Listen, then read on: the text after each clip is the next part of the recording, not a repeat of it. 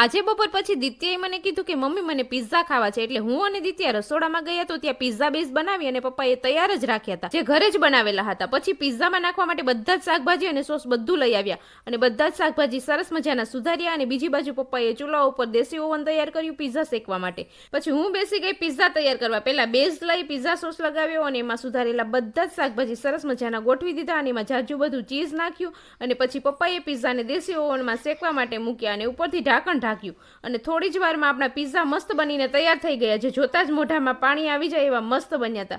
અને દિત્યાથી તો રહેવાનું નહીં એટલે એણે ચાલુ કરી દીધું ખાવાનું. કેટલા દિવસથી પિઝા ખાવાની ઈચ્છા હતી, આજે પૂરી થઈ ગઈ. અને પછી મેં પણ પિઝા ચાખ્યા તો મને પણ બહુ જ સરસ લાગ્યા અને મમ્મીને બેસાડી દીધા જમવા.